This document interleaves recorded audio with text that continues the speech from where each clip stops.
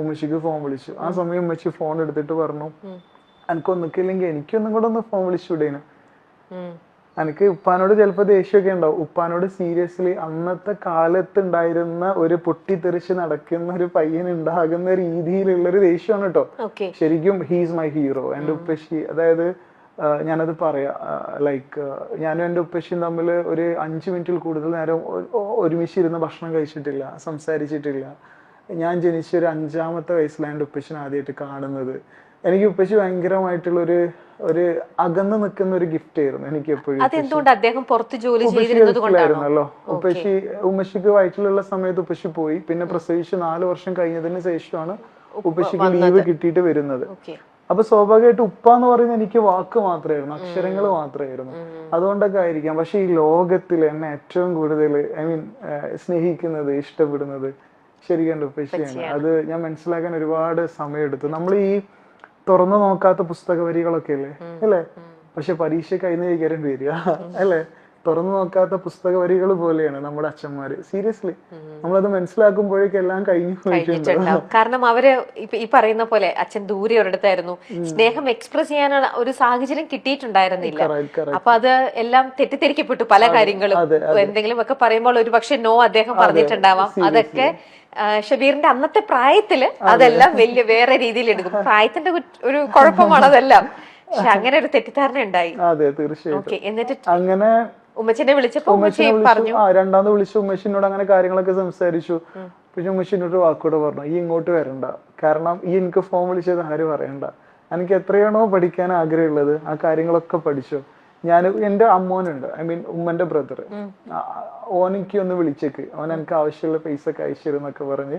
ഉമ്മച്ചിക്ക് പേടിയാണ്. വിളിച്ചത് പറഞ്ഞു കഴിഞ്ഞാൽ ഇനിയും ആക്ച്വലി എന്നെ ഇവിടെ ഇടുവോ, അല്ലെങ്കിൽ ഇനിയും ഡൽഹിയിലേക്ക് ഞാൻ വന്നു കഴിഞ്ഞാൽ എന്നെ തിരിച്ചു മടക്കി അയക്കില്ലേ എന്നുള്ളൊക്കെ പേടിയായിരുന്നു ഉമ്മച്ചി. കാരണം she is my best friend actually. ഉമ്മച്ചി നല്ല അടിപൊളിയാണ്. ഉമ്മച്ചി എന്താ പറയാ, behind every successful man there is A women എന്നൊക്കെ പറഞ്ഞ മാതിരി മൈ മം എന്റെ ഉമ്മച്ചിയാണ്. ഉമ്മച്ചിയുടെ പേര് പറയാമോ?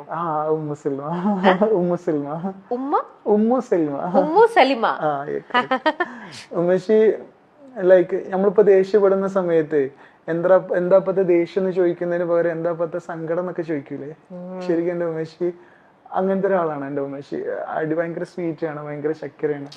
അപ്പം ലൈക്ക് ഉമ്മച്ചി എന്നോട് അങ്ങനെ പറഞ്ഞു. അപ്പൊ ഞാൻ ഞാൻ പോയില്ല, ഞാൻ തിരിച്ചു പോയില്ല, അവിടെ നിന്നു. കോളേജിൽ നിന്ന് നേരെ കൊണ്ടുപോകുന്നത് എന്നെ മെന്റൽ ഹോസ്പിറ്റലിലേക്കാണ്. കാരണം വീട്ടിലേക്ക് ഇടാൻ പറ്റില്ല. കാരണം പക്ഷേ ഇതൊരു മെന്റൽ ഹോസ്പിറ്റലില് അഡ്മിറ്റ് ചെയ്യേണ്ട കേസാണോ ഇത്? അതായത് ഇപ്പൊ ഞാൻ ഇപ്പൊ സൈക്കോളജി പഠിച്ചിട്ടുണ്ട് അല്ലെ. ഇപ്പൊ ഞാൻ സൈക്കോളജിസ്റ്റ് ആണ്. ഇപ്പം ഈ സൂയിസൈഡ് ടെൻഡൻസി എക്സ്ട്രീം ആയി കഴിഞ്ഞാൽ ഒരിക്കലും അയാളെ വീട്ടിൽ നിർത്താൻ പാടില്ല. ആണോ? യെസ്, ഭയങ്കര ഡേഞ്ചറാണ്, ഹൈലി ഡേഞ്ചറാണ് ആക്ച്വലി. കാരണം നമുക്കൊരാളെ കൊല്ലാനുള്ള പുതിയെക്കാട്ടിലും ഡേഞ്ചറാണ് നമുക്ക് നമ്മളെ തന്നെ ഇല്ലാണ്ടാക്കാൻ പറ്റുന്ന ഒരു സംഭവം.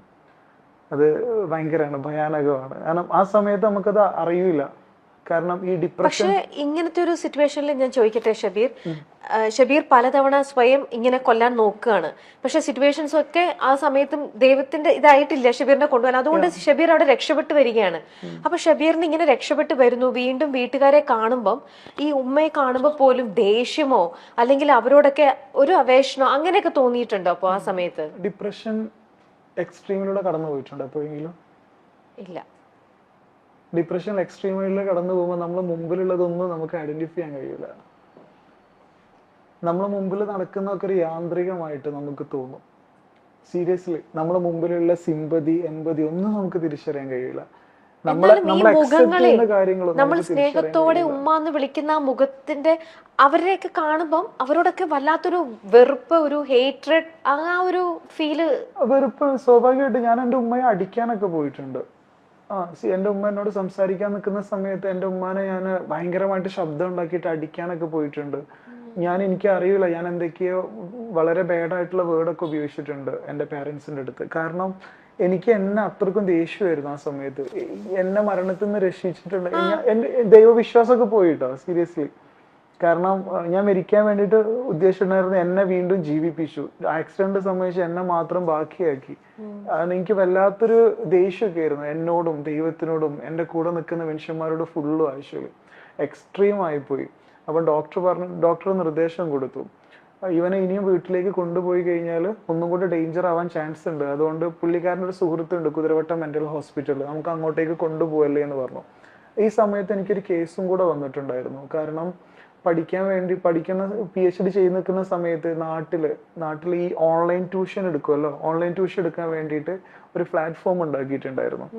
ഓൺലൈനിലൂടെ സുഹൃത്തുക്കളായിട്ട് ബന്ധപ്പെട്ടിട്ട് അങ്ങനെ അതിനു വേണ്ടിയിട്ട് കുറച്ചധികം ഫണ്ട് റൈസിങ് നടക്കുമല്ലേ, നമ്മൾ ഇൻവെസ്റ്റ്മെന്റ് രീതിയിൽ നടക്കുമല്ലോ. പക്ഷെ എന്ത് ചെയ്യുന്ന വെച്ചാൽ സ്വാഭാവികമായിട്ട് ഈ ആക്സിഡന്റിന് ശേഷം എനിക്കത് നോക്കാൻ കഴിഞ്ഞില്ല.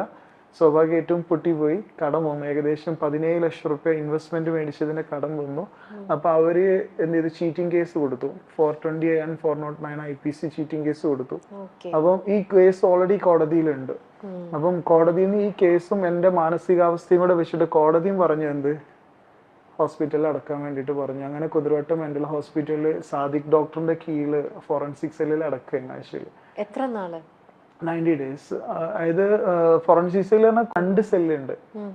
ഒന്ന് ഫോറൻസിക് സെല്ല് കോടതി വിധിച്ചിട്ട് വരുന്ന ആൾക്കാരെ കിടത്താനുള്ളതും മറ്റു നോർമൽ ആയിട്ടുള്ള സിവിലിയൻസിനെ കിടത്താനുള്ളതും. അപ്പം എന്നെ നേരെ ഫോറൻസിക് സെല്ലിലേക്കാണ് കൊണ്ടുപോകുന്നത്. അപ്പോൾ 14 പേരുള്ള ഒരു ജനറൽ വാർഡാണ്, ഒരു ജനറൽ സെല്ല് പോലെ. അപ്പൊ അതിലേക്ക് കയറ്റുന്ന സമയത്ത് ഭയങ്കരമായിട്ടുള്ളൊരു, ഞാൻ റിസർച്ച് ചെയ്യുന്ന സമയത്ത് ഞാൻ സെല്ലിന്റെ വെളിയിൽ നിന്ന് കണ്ടിട്ടുള്ള ഹോസ്പിറ്റലാണ് കുതിരവട്ടം മെന്റൽ ഹോസ്പിറ്റൽ. ആ ഹോസ്പിറ്റലിന്റെ സെല്ലിലേക്ക് ഒരു പേഷ്യന്റ് ആയിട്ടാണ് എന്നെ കയറ്റുന്നത് ആഴ്ചയിൽ. അങ്ങനെ ലൈക്ക് ഭയങ്കരമായിട്ട് ഡിപ്രഷൻ ആയിരുന്നു. അങ്ങനെ ഉള്ളിലേക്ക് തന്നെ കയറുന്ന സമയത്ത് ഞാൻ ഭയങ്കരമായിട്ട് പിറുപിറുക്കുന്നുണ്ട്. ലൈക്ക് നമ്മൾ ഈ നഷ്ടപ്പെട്ടൊരു പിറുപിറുക്കലുണ്ടല്ലോ, ആ സമയത്ത് ഇച്ചായ എന്ന് പറയുന്ന ഒരാളുണ്ട് ആ സെല്ലില്, എല്ലാവരും ഇച്ചായ എന്നാ വിളിക്കുക. അദ്ദേഹം 15-16 വർഷമായിട്ട് അതിൻ്റെ ഉള്ളിൽ തന്നെ ഉണ്ട്. അസുഖം മാറിയിട്ടും അദ്ദേഹത്തിനെ അക്സെപ്റ്റ് ചെയ്യാനോ സ്വീകരിക്കാനോ ഒരാളില്ലാത്തതിന്റെ പേരിൽ അവിടെ ഇട്ടിരിക്കുന്ന ഒരു മനുഷ്യനാണ്. അങ്ങനത്തെ ഒരുപാട് മനുഷ്യന്മാരുണ്ട് കേട്ടോ.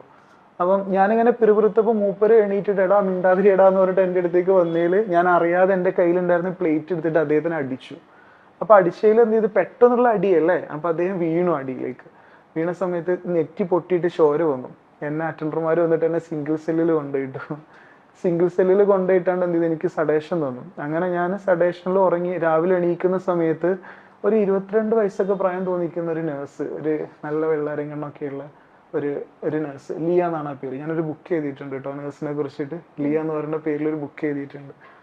ഇവള് എൻ്റെ അടുത്ത് ഇങ്ങനെ വന്നാണ്ട് എണീക്കേട്ടാ എന്നിങ്ങനെ പറഞ്ഞു എന്നോട്. അപ്പൊ ഞാനിങ്ങനെ നോക്കി. അപ്പോൾ എന്നോട് പറഞ്ഞു, ഈ മരിച്ച കുട്ടിയില്ല അന്നയുടെ കണ്ണ് ഭയങ്കര വെള്ളരക്കണ്ണായിരുന്നു, ഭയങ്കര പൂച്ചക്കണ്ണുകളായിരുന്നു ഉണ്ടായിട്ടുണ്ടായിരുന്നു. സെയിം കണ്ണാണ് അവളുടെ കണ്ണ്. ഇപ്പോഴും കുതിരവട്ടത്ത് വർക്ക് ചെയ്യുന്നുണ്ട് കേട്ടോ നേഴ്സ്. അങ്ങനെ അവളുടെ ഹസ്ബൻഡ് അവിടെ നേഴ്സാണ്, മെയിൽ നേഴ്സാണ്. അങ്ങനെ എൻ്റെ അടുത്ത് വന്നാണ്ട് ഇവര് എണീക്കേട്ടാന്ന് ഇങ്ങനെ പറയുന്നുണ്ട്. അപ്പൊ ഞാൻ ഇങ്ങനെ നോക്കുന്ന സമയത്ത് ഈ ഇങ്ങനെ മലന്ന് കിടക്കുന്ന സമയത്ത് നോക്കുമ്പോൾ കണ്ണിങ്ങനെ കാണുന്നുണ്ട്. ഞാനിങ്ങനെ സീരിയസ്ലി നിങ്ങൾക്ക് എത്രത്തോളം അതിന് ഇമാജിൻ ചെയ്യാൻ പറ്റുന്നുണ്ടെന്ന് എനിക്കറിയില്ല. കാരണം എനിക്ക് അത്രയും സെഡേഷൻ ഉള്ള സ്ലീപ്പിംഗ് പിൽസ് ആണ് എനിക്ക് തന്നിരിക്കുക, അതും ബൈ ഇഞ്ചക്ഷൻ അല്ലെ. അപ്പൊ അത്രയും ഡൗൺ ആയിട്ട് എണീക്കുന്ന ഒരാൾക്ക് ഇത് കാണുന്ന സമയത്ത് എക്സാക്ട്ലി ആ രീതിയിലായിരിക്കും ഇമാജിൻ ചെയ്യുക. ഞാൻ പെട്ടെന്ന് എണീറ്റിരുന്നു, ലിയാണ് അല്ല എന്നുള്ള എനിക്ക് മനസ്സിലായി. പിന്നീടുള്ള അങ്ങോട്ടുള്ള ദിവസങ്ങൾ ഈ കുട്ടി ഓവർ ഷിഫ്റ്റ് എടുക്കും എനിക്ക് വേണ്ടിയിട്ട്. ലിയ എന്നെ ഇങ്ങനെ എടുത്തിങ്ങനെ കേട്ടിരിക്കും. സെല്ലിന്റെ വെളിയിൽ വെളിങ്ങനെ ഇരിക്കും. എന്നോട് ഒരുപാട് കാര്യങ്ങൾ ചോദിക്കും. ഞാൻ ആരാണെന്ന് പോലും ഈ കൊച്ചിന് അറിയില്ല. എന്റെ പ്രശ്നങ്ങൾ ഈ കൊച്ചിന് കേൾക്കണ്ട. എന്നോട് എന്തൊക്കെയോ സംസാരിക്കും, എന്നോട് എന്തൊക്കെയോ ചോദിക്കും. ഞാൻ കുറച്ചേ സംസാരിക്കുകയുള്ളൂ. പക്ഷെ എൻ്റെ അടുത്ത് ഇങ്ങനെ ഇരിക്കും അവര്. എനിക്കൊരു കൂട്ടായിട്ട് ഇങ്ങനെ ഇരിക്കാൻ തുടങ്ങിയവള്. ഭ്രാന്താശുപത്രിക്ക് ഇത്രയും ഭംഗിയുണ്ട് എന്നുള്ളത് എനിക്ക് കാണിച്ചത് ലിയാണ്. ഭ്രാന്താശുപത്രി, നമ്മൾ ഭ്രാന്താശുപത്രി എന്നൊക്കെ പറയും, ലൈക്ക് മെന്റൽ ഹോസ്പിറ്റലിന്റെ അകത്തുള്ള പൂന്തോട്ടത്തിലൂടെ കൈ പിടിച്ചിട്ട് ഞങ്ങൾ ഒരുമിച്ച് നടക്കാൻ തുടങ്ങി. നന്നായിട്ട് പാട്ട് പാടും, നന്നായിട്ട് വയലിനൊക്കെ വായിക്കും അവര്. ഈ മദർ തെരേസിനെ കുറിച്ച് എഴുതിയിട്ടുള്ള ഒരു ബുക്ക് ഉണ്ട്, സംതിങ് ബ്യൂട്ടിഫുൾ ഫോർ ഗോഡ്. ദൈവത്തിന് വേണ്ടിയിട്ട് കുറച്ച് നല്ല കാര്യങ്ങൾ മദറിനെ കുറിച്ച് പറഞ്ഞിട്ടുള്ള ആളാണ്. ആ വേർഡ് എക്സാക്ട്ലി നമുക്ക് കൊടുക്കാൻ പറ്റുന്ന ഒരാളാണ് Liya. Something beautiful for God. ഭയങ്കര ബ്യൂട്ടിഫുൾ ആയിട്ടുള്ള ഹാർട്ട് ആയിട്ടുള്ള ഒരു പേഴ്സൺ. എൻ്റെ കൂടെ ഓവർനൈറ്റ് ഷിഫ്റ്റ് എടുത്തിട്ട് എൻ്റെ കൂടെ നിൽക്കുന്നത്, എന്നോട് സംസാരിക്കുന്നത്, ഞങ്ങൾ ഒരുമിച്ച് നടക്കുന്നത്. ഐ മീൻ എൻ്റെ ലൈഫിൽ എനിക്കൊരു ഹോപ്പ് ഡ്രോപ്പ് ഇട്ട് തരൂലേ, ഇനിയും ജീവിക്കണടാ എന്ന് പറയുന്ന ഒരു സംഭവം എന്നോട് ഒരിക്കൽ പോലും അവള് പറഞ്ഞിട്ടില്ല ലൈഫിൽ മുമ്പോട്ട് പോകണം എന്നുള്ളത്. എന്നോട് അങ്ങനെയൊന്നും പറഞ്ഞിട്ടില്ല. എൻ്റെ കൂടെ ഒരു ഷേഡോ പോലെ നടന്നു. ആ ഒരു ഷേഡോ കൊണ്ട് എനിക്ക് ജീവിക്കാനുള്ള ഒരു പ്രതീക്ഷ കിട്ടി ആവശ്യം.